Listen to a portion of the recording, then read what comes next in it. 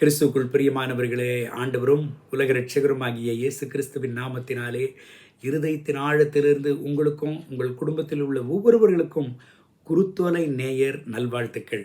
குருத்தோலை நேயர் நமக்கு ஒரு முக்கியமான உண்மையை நினைப்பூட்டுகிறது. என்னங்க அது? ஆண்டவராகிய இயேசு கிறிஸ்துவுக்குள் நம்மை நிலைநிறுத்துகிறதானே, உறுதிப்படுத்துகிறதானே, பலப்படுத்தி திடப்படுத்துகிறதான விசுவாசம் நமக்குள் கர்த்தர் வைத்திருக்கிறார் என்கிற உண்மையை ஒருபோதும் மறந்துவிடக்கூடாது.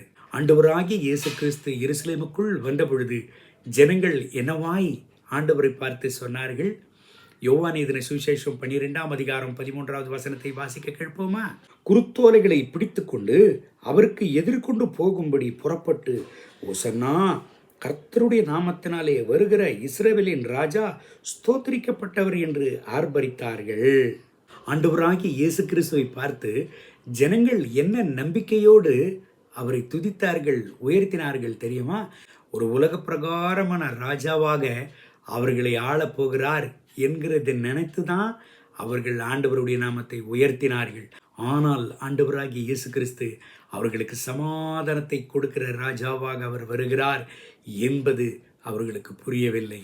அவர்கள் வலிமையான ராஜாவை எதிர்பார்த்தார்கள். ஆனால் ஆண்டவராகிய இயேசு கிறிஸ்து சமாதானத்தின் ராஜாவாக கழுதின் மேல் வந்து சேர்ந்தார். சகரியா 9வது அதிகாரம் 9வது வசனம் அதைத்தான் சொல்லுகிறது. இந்த குருத்தோலை நேயரிலிருந்து நாம் கற்றுக்கொள்ள வேண்டியது என்னங்க? தேவன் எப்பொழுதும் நம்மால் எதிர்பார்க்கும் விதத்தில் வரமாட்டார்.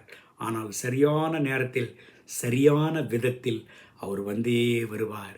இன்று உங்கள் வாழ்க்கை ஒருவேளை குழப்பத்தில் நிறைந்திருந்தாலும் உங்கள் ராஜா உங்களுக்காக வருகிறார் என்கிற விஷயத்தை நீங்கள் மறந்து விடாதீர்கள்.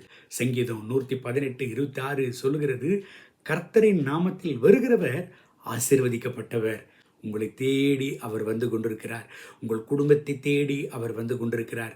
ஏங்க?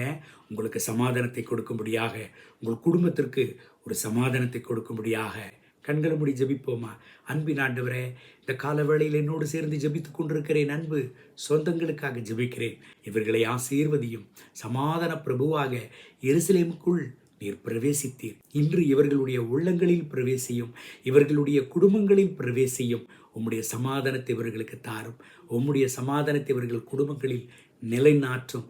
இயேசுவின் நாமத்தில் பிதாவே, அமேன், அமேன்.